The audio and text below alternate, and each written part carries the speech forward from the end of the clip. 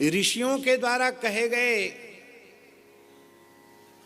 धर्म का नहीं, उस धर्म का जो सारातिसार तत्व है, परम धर्म, प्रेम रूप धर्म, वैष्णव धर्म, उसका पालन कर रहा है वह, इसलिए ऋषि ऋण से मुक्त हो गया। संपूर्ण देवताओं का मूल, आओ व्यासी पधारो, संपूर्ण देवताओं का मूल भगवान श्री हरि हैं। यथा तरोर मूल निषेचनेन तृप्यन्ति तत्स्कंद भुजोपशाखा, जैसे वृक्ष की जड़ में जल का सिंचन करने से संपूर्ण वृक्ष हरा भरा हो जाता है, ऐसे ही अनन्य भाव से वह भगवान की शरणागति ग्रहण करके भजन करता है तो कोई देवी देवता उससे असंतोष अतृप्त नहीं रहता है। अभी आपने सुना सारे यज्ञ उसके हो गए। तो भगवत शरणागत भक्त की जैसी ऋषि ऋण से मुक्ति होती है, देवऋण से मुक्ति होती है, वैसा केवल कर्म का अनुष्ठान करने वाले की नहीं हो सकती। अब कौन सा बचा विवाह करके जिस ऋण से मुक्ति होती है? पितृऋण।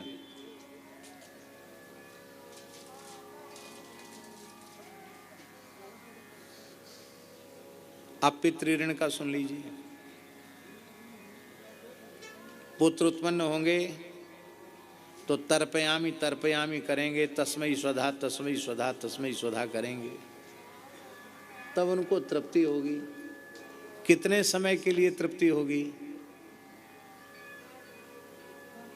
थोड़े समय के लिए। क्या वे जिस योनि में पड़े हैं कर्म फल को भोगने के लिए, क्या वे पितृ उस योनि से मुक्त हो जाएंगे? यदि वे भूत प्रेत के शरीर में हैं तो उनके आहार के अनुरूप वो श्राद्ध तर्पण उनको मिलेगा। यदि वे मांस भोजी पशुओं की योनि में हैं तो उनको उसके रूप में उनका श्राद्ध तर्पण मिलेगा। यदि वो पक्षी हैं, यदि वो पशु हैं तो उनको चारा दाना पाने के रूप में उनका श्राद्ध मिलेगा, पर उस योनि से उनको छुटकारा नहीं मिलेगा, मुक्ति नहीं मिलेगी।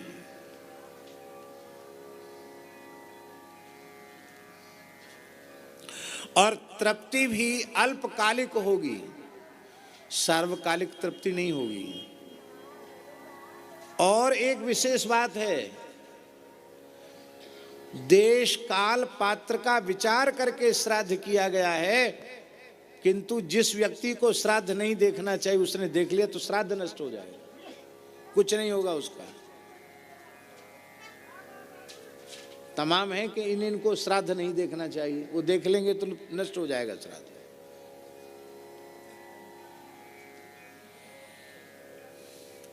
कुत्ते को श्राद्ध नहीं देखना चाहिए, रजस्वला को श्राद्ध नहीं देखना चाहिए, और तमाम निषिद्ध हैं जिनकी दृष्टि पड़ते ही श्राद्ध नष्ट हो जाता। विरक्त बाबाजियों को श्राद्ध नहीं देखना चाहिए, उनके दृष्टि पड़ने से भी नष्ट हो जाता है। सन्यासी श्राद्ध में वर्जित है।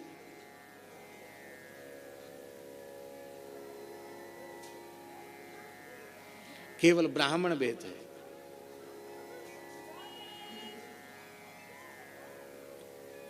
कहां हुई पितृऋण से मुक्ति?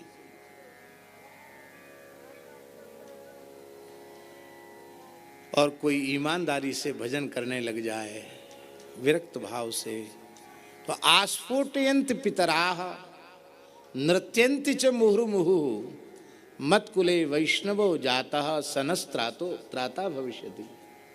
पितृगण ताली बजा बजा करके नाचते हैं।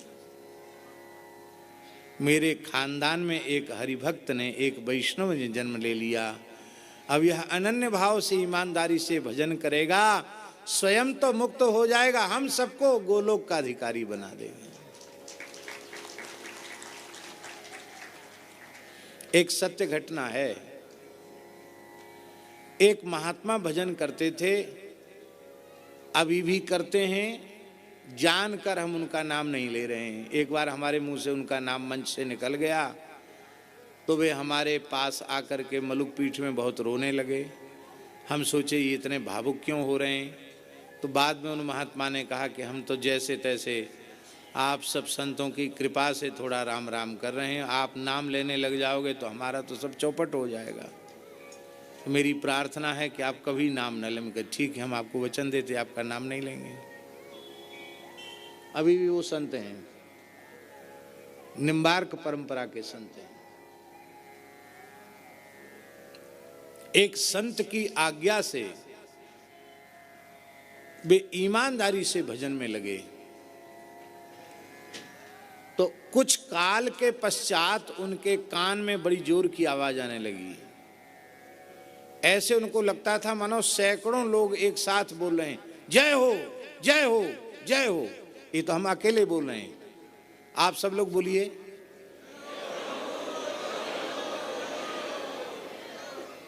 अब देखो, आप लोगों ने सबने जय हो बोला, कितनी आवाज आई। ऐसे उनको लगता था सैकड़ों लोग उनके कान में जय हो बोल रहे हैं। तो वो भजन में तल्लीन हो जाते, जब देखते तो कोई दिखाई नहीं पड़ता।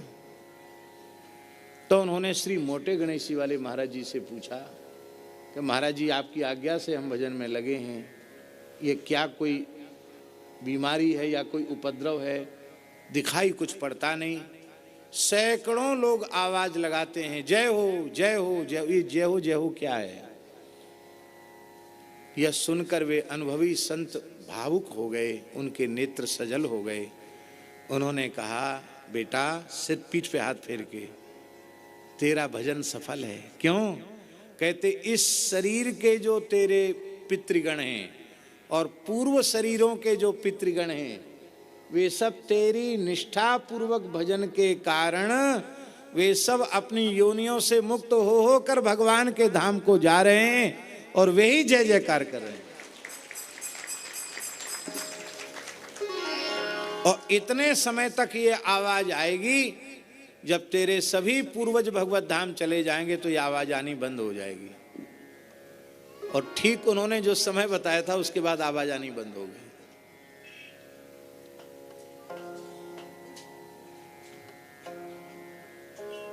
ये है महिमा। इसलिए कुलम पवित्रम जननी कृतार्था वसुंधरा पुण्यवती च तेना।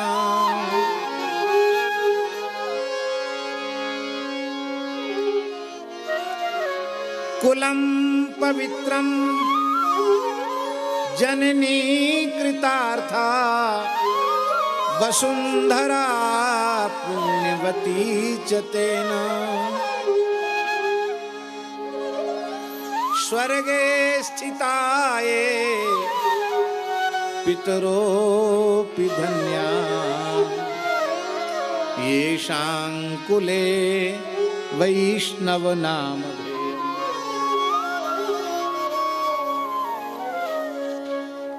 लोके स्थिताये, जो लोक लोकांतर में स्थित पितर हैं वे भी धन्य हैं जिनके घर में भगवान के भक्त का जन्म हो जाता है। इसलिए भगवान के भक्त की, अनन्य शरणागत भक्त की जैसी त्रिविध ऋणों से मुक्ति होती है, वैसी मुक्ति केवल और केवल कर्म मार्ग का आश्रय लेने वाले की नहीं है। इसलिए संत मलुकदास जी ने कहा, साधो भाई अपनी करनी नाही, जे करनी का करें भरोसा, जे करनी का करें भरोसा,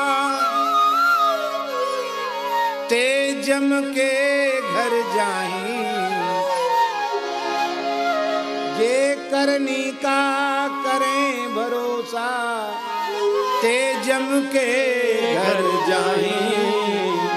साधु भाई अपनी करनी नाही, साधु भाई अपनी करनी नाही।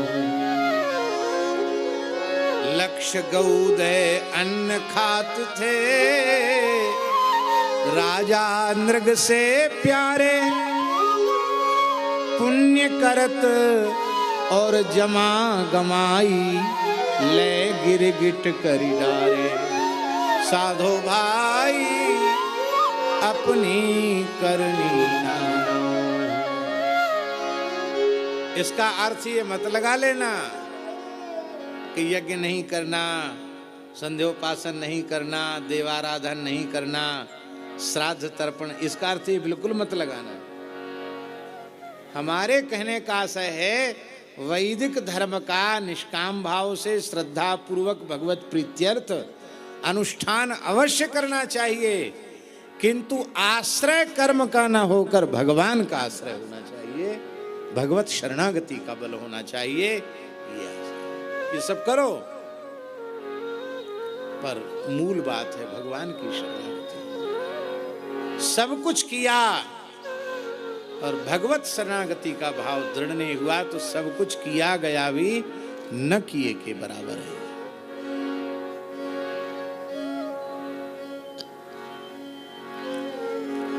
फिर एक बात और दक्ष ने कही, अमीमांसित कर्मणाम, कर्मानुष्ठान से ही उसकी कटुता की अनुभूति होती है। अमीमांसित कर्मणाम, कर्म की मीमांसा अभी उन्होंने नहीं की थी।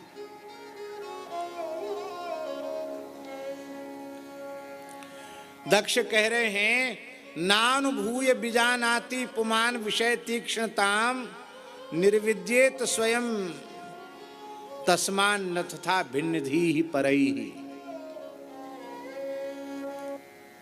जब तक व्यक्ति विषय का अनुभव नहीं करता तब तक उन विषयों की कटुता का उसे बोध नहीं होता, और विषयों की कटुता के बोध के बिना उसे वैराग्य नहीं होता। अभी तो उन्होंने विषयों का अनुभव ही नहीं किया था, उनको कटुता अच्छे बुरे का ज्ञान था ही नहीं, तुमने बाबा जी और बना दिया। वे तो अधिकारी ही नहीं थे। सुनने में तो बात लगती है दक्ष की तर्क युक्त कि हम बिल्कुल सही बात कह रहे हैं दक्ष, लेकिन फिर इसको हम कसौटी पर कस रहे हैं। क्या विषय सेवन से विषयों की कटुता का अनुभव होता है? यदि विषय भोग से विषय की कटुता का अनुभव होता तो सब बाबाजी है गए होते। यहां तो हालत यह है कि 100-100 जूते खाए, तमाशा घुस के देखे। चाहे जितनी प्रतिकूलता हो, भोगों से वैराग्य नहीं होता। भोगा न भुक्ता वयमेव भुक्ता, तृष्णा न जीर्णा वयमेव जीर्णा।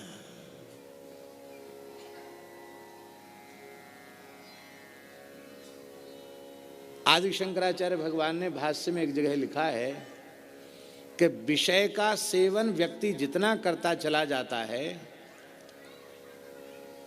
विषयों का लौल्य, इंद्रियों की भोग की कुशलता, ये शंकराचार्य जी के शब्द हैं,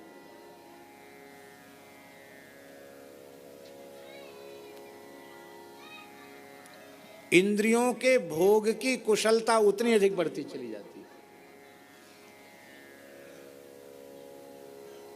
आप कहीं उदाहरण दीजिए। आपने योग के 84 आसन सुने हैं? कितने प्रधान आसन योग के? 84। भोगियों से पूछो, योग के 84 आसन, भोग के भी 84 आसन है। तृप्ति हुई? तृप्ति तो नहीं हुई। घटे न काम अग्नि तुलसी कहूं, विषय भोग बहुगी थे। न जातु कामः कामानाम उपभोगे न शाम्यति, हविषा कृष्ण वर्तमेव भूय एवाभिवर्धते। विषय सेवन से विषयों की कटुता का अनुभव नहीं होता, सत्संग से विषय की कटुता का अनुभव। शास्त्री जी को बड़ी जोर की भूख लगी हुई, ऐसी कि बिल्कुल अब तो प्राण निकले, ऐसी भूख लगी हो। और कोई ब्रजवासी बढ़िया सुंदर वेद लक्षणा गाय के अधोटा दूध की बढ़िया रबड़ी को लज्जित करने वाली खीर बढ़िया सीरी करके ठंडी करके एक थाल भर के इनके सामने रखे। इनको लगी बहुत जोर की भूख।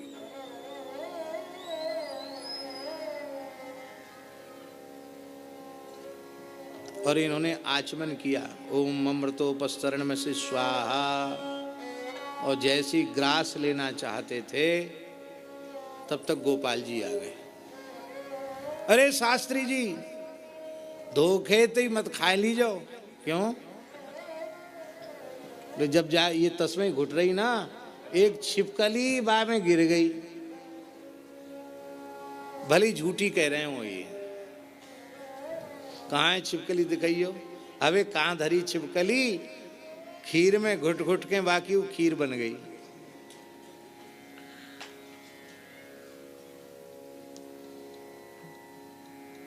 इस विषैली खीर को खाने से मृत्यु हो सकती है।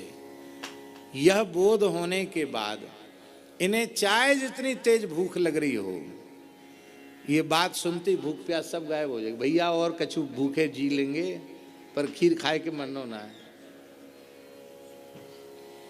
जैसी खीर आकर्षक है, लुभावनी है, ऐसे ही विषय की खीर आकर्षक है, लुभावनी है। पर साधु पुरुषों के द्वारा यह बोध होता है। श्री नारद, शुक, सनकादिक महानुभाव, उनका उपदेश जब हम श्रवण करते हैं भागवत आदि ग्रंथों के माध्यम से, तब हमें लगता है ये लुभावनी खीर भयंकर जहरीली है। तो फिर उस विषय को देखने की भी इच्छा हमारी होती नहीं, क्योंकि यह विष है, ऐसा बोध हो जाता है। हमको यह विषैली क्यों नहीं लग रही? इसका उत्तर श्री शंकराचार्य भगवान ने दिया है, बहुत सुंदर। प्रौढ़ो हम यौवनस्थो विषय विषधरैः पंचभिर्मर्म संधौ दष्टो नष्टो विवेकः सुत धन युवति स्वाद सौके निषण्ण शैवी चिंता विहीनम मम हृदय महो मान गर्वादिरूढ़म क्षन्तव्यो में पराध शिव शिव शिव भो श्री महादेव शंभो।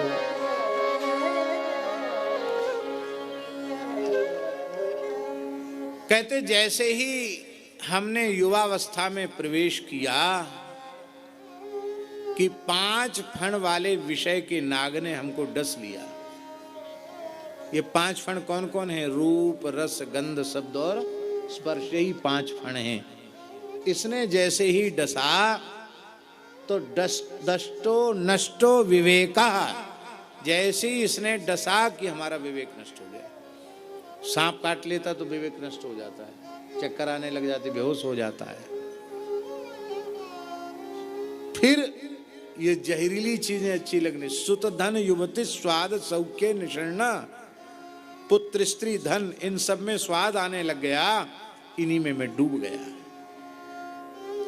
सांप का जहर जिस पे चढ़ जाता है तो झाड़ने वाले उसको नीम की पत्ती खिलाते हैं और पूछते हैं कैसा स्वाद है। हमने आंखों से देखा हुआ है ये दृश्य, वो बता रहे हैं आपको गांव देहात में। तो जिसको सांप काटा वो कहता है मीठी है पत्ती। नीम की पत्ती मीठी होती कि कड़वी? कड़वी होती है, पर जहर के कारण उसको कड़वी पत्ती भी मीठी लगती है। इसका तात्पर्य है जब तक विषय रूपी विषधर का प्रभाव रहेगा तब तक भोग कटु होने पर भी मीठे लगेंगे।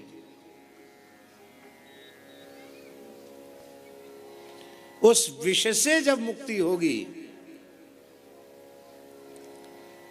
तो फिर नीम की पत्ती कड़वी लगने लग जाएगी। फिर वो कहता हाँ अब पूरी झाड़ फूक हो गई, अब इसको पत्ती कड़वी लगने लगी। तो हमने देखा शास्त्री जी कि गांव का झाड़ने वाला व्यक्ति झाड़ता है, फिर नीम की पत्ती खिलाता, फिर झाड़ता है। इसके बाद देखा, फिर अंत में उसने कहा कि हाँ अब खूब कड़वी लगने लगी पत्ती। बोले बस अब तुम्हारा जहर उतर गया। हमको यही लगता है ये श्रीमद् भागवत की जो पवित्र श्लोक हैं, यही वह गारुड़ मंत्र हैं जिनके श्रवण से विषय का विष उतर जाता है। और जब विष उतर जाता है तो फिर कड़वे भोग कड़वे लगने लग जाते हैं, फिर तो हरिनाम ही मीठा लगता है। हमारे यहाँ साधुओं में पंगत के समय अनेक तरह का कीर्तन करते हैं। उनमें एक कीर्तन हो ये भी है, राम नाम लड्डू गोपाल नाम खीर, हरि को नाम मिश्री आए घोर घोर पीर। राम नाम लड्डू गोपाल नाम खीर, हरि को नाम मिश्री आए घोर घोर पीर। सिया हरि नारायण गोविंद, भज रामा कृष्ण गोविंद। सिया हरि नारायण गोविंद, भजो रामा कृष्ण गोविंद। ये अत्यंत सुमिष्ट है भगवान नाम। इसलिए यह बात भी वो कहते तुमने दोनों लोक नष्ट कर दिए। दोनों लोक नहीं, उन्होंने तो जीवन मुक्त बना दिया। और अंत में यहाँ तक कह दिया कि तुम भगवान की कीर्ति को कलंकित करने वाले, भगवान के पार्षदों के नाम पर तुम कलंक हो। और निरपत्रपा का अर्थ है तुम भारी निर्लज्ज हो, तुम्हें लज्जा तो है नहीं। और बालानाम मति विद्धरे, तुम्हारा एक ही काम है बच्चों की बुद्धि बिगाड़ना, नारद जी से कहा। और तुमने हमारे साथ तो इतना घोर पाप किया है कि हमारा खानदान ही चौपट कर दिया। 11,000 पुत्रों को तुमने साधु बना दिया। पहली बार तो मैं मान गया ब्रह्मा जी की बात, अब किसी की नहीं मानूंगा। अब तो मैं शाप अवश्य दूंगा। तंतु क्रंतन यन्नस्त्वम अभद्रमचर पुनः, तस्मा लोके सुते मूढ़ो न भवेद ब्रह्मत पदम। हमारी वंश परंपरा का उच्छेद करने वाले नारद, मैं तुम्हें कठोर दंड दूंगा जिससे तुम इस प्रकार की उद्दंडता दुष्टता फिर न कर सको।